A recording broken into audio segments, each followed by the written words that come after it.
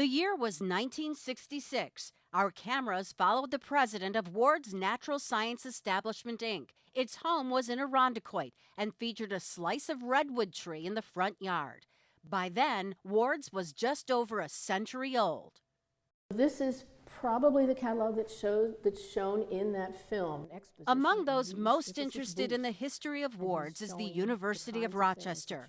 Ward's was founded by Rochester native Henry Augustus Ward, a University of Rochester professor from 1861 to 1865. The company's early history is carefully cataloged at Rush Reese Library. Ward loved geology, archaeology, and taxidermy, and he traveled the world to collect specimens. The growth of natural history museums, this is its boom time. And what Ward did was to supply those natural history museums.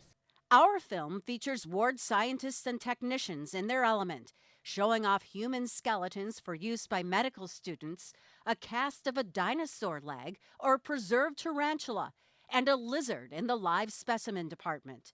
Microscope slides were prepared for high school science experiments. This is a company that's lasted an awfully long time. Very long time.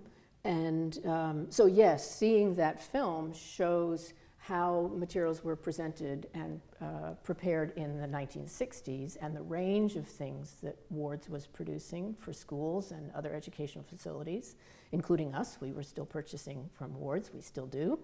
At the U of R, you'll find catalogs and pictures from the company's beginnings. In this vintage photo, two men prepare stones for school rock collections, the rarest of pictures because it shows Ward's employees inside the facility actually doing their work, which is what makes News 8's film so special too.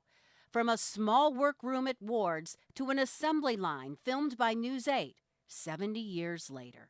Maureen McGuire, News 8.